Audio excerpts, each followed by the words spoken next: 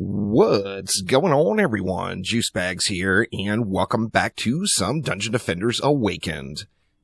There is no doubt that the new Dune Eater difficulty has brought lots more grind to the game. Now, at some point, you are definitely going to want to dip in and try to go after one of those supreme Lil Bomber pets. Actually, you're going to want two of them, so the grind is going to be real. Those of you all that have farmed out a high-end Lil Bomber before know that this can be quite the grind, getting the right quality with the right rolls on it. So here we are dipping back into Royal Garden's mix mode, Massacre Hardcore Rifted Dune Eater difficulty, and the old Wisp build still works with just a few minor changes. Of course, we know we got the Siren Bubbles now, so it's just kind of like a freebie added in with the Reflex.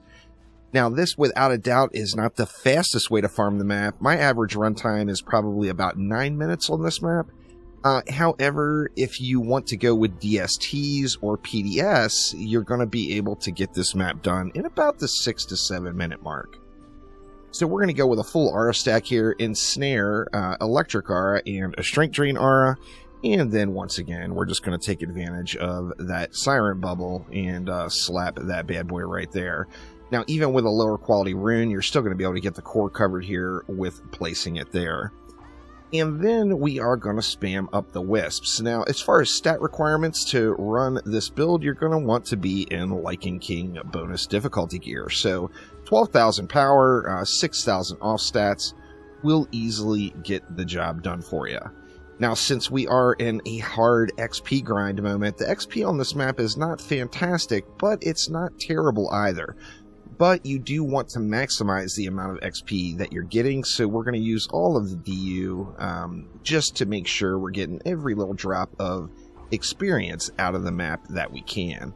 Also, remember to always swap your characters around so that you're always earning XP. If you get one to level 110, you're just at the start of the journey. So swap that character out, throw some gear from other characters on, and make sure you're earning XP for everyone you can, no matter what you're doing.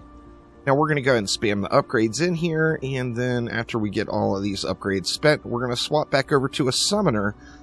It's important to go into the summoner in Overlord mode, as that is going to remove any aggro from Sirens or Dark Elf Warriors. So we're not going to have to worry about those at all. We've got all our upgrades spent. And then you're going to want to use a Striking Gemstone and a Speedy Gemstone. You see that one's not even upgraded. All you need is the 4 targets is the only thing that really matters on it. I like to come in from this side just to ensure that the auras are getting buffed. Go into Overlord mode and away we go. So we can just sit here and boost it out. Now, as I mentioned, you can do the map faster with DSTs or PDS. If you're using the Plasma Defense system, you're usually better to stack them over on the bridge here and then stay on a summoner in Overlord mode.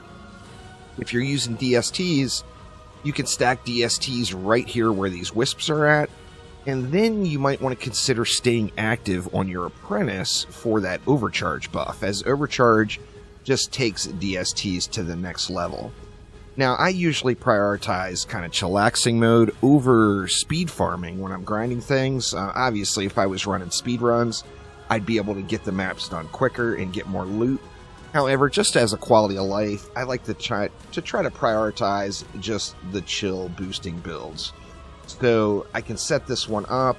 Like I said, my average runtime is probably about 9 minutes. The slowest is about 11, and the fastest is probably about 8.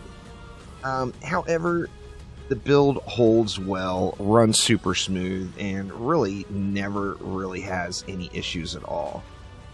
We're just able to get the job done. Now, a big part of that is the Siren Bubble. If you remember this old build from back in the day, the issue would be your Reflect Beam placement, and the Reflect Beam placement with this build is real wonky, and sometimes an Ogre might throw a Kobold over the top of one of your Reflect Beams and hit something. Well, that hazard is completely removed by the Siren Bubble, so that Reflective Screech rune is just good stuff. That is for sure. And you see, we just got it done. We do get a little bit of delay on the last 2 Ogres coming out, so you have to kind of wait for those. That slows the map down a little bit. However, it's pretty smooth, chill run, y'all. You're able to just chillax it out here. I'm just spamming my F key as we speak right now, and that is really all it takes. After your first wave, you're not going to have to do any upgrades. Obviously, if you want to do upgrades, you can run around and collect the mana and get a little bit more power. So if you feel like your build is not holding, or if you're in subpar gear below that Lycan King difficulty, where you're under 12k main stat, 6k off stats, then you can just run around and collect up the mana and get some upgrades in, which of course will give you a little bit more power. So, Little Bomber farm, Supreme Little Bombers, I have still not seen one. Let me know down in the comments below if you've gotten a Supreme Little Bomber and how it rolled. I'm curious at the Supreme quality if we're going to still have such a tough time getting like the attack speed and the number of projectiles dialed in. Hopefully that's a non-issue. Like I said, I have yet to see a Supreme Little Bomber, so I'm on the grind for it. I'm probably going to grind it out today on live stream later on, hoping to get that Supreme. Now, as you're grinding this one, as I mentioned, the experience is not wonderful. The experience is also not terrible, so you are going to gain some XP as you're playing through it. Additionally, you are going to get Supreme drops, so there's going to be some armor drops, there's going to be some accessory drops. You're going to get the offhand Supreme drops, no doubt.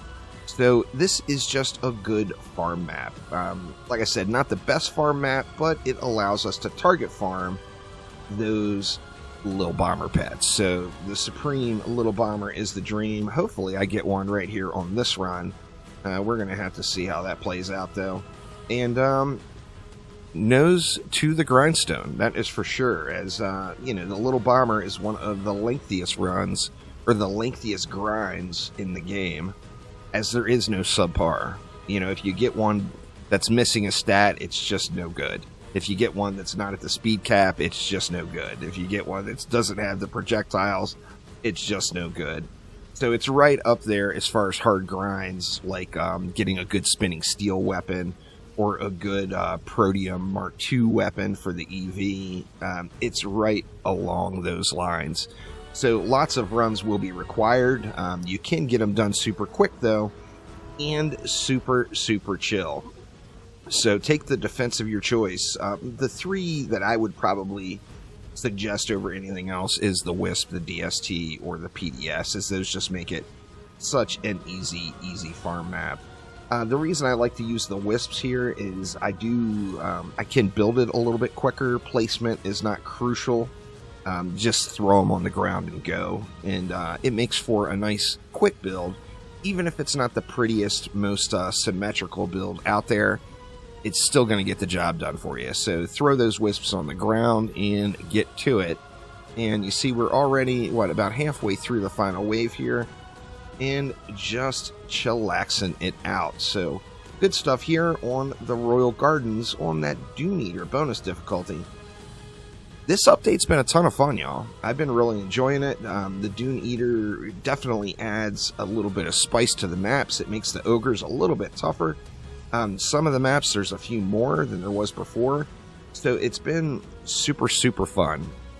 It's been a nice, good grind time. I'm looking forward to getting all my characters up to level 110 and getting them decked out. I've got, what I want to say, like 8 or 10 level 110s now. And I haven't geared a single one of them. I've just been instantly switching off to other heroes the second one hits 110. That way I'm always earning experience. So I'm looking forward to getting over the XP grind hump here and getting into some gearing. I've got a lot of Supreme gear right now, ready to throw on those characters. Only a few pieces that are really, really fantastic rolls. But as you level up, you're just going to get a bunch of gear. In fact, even with the grind to level 110 being so extreme, I think it follows the same rules as always before. Just grind the loot.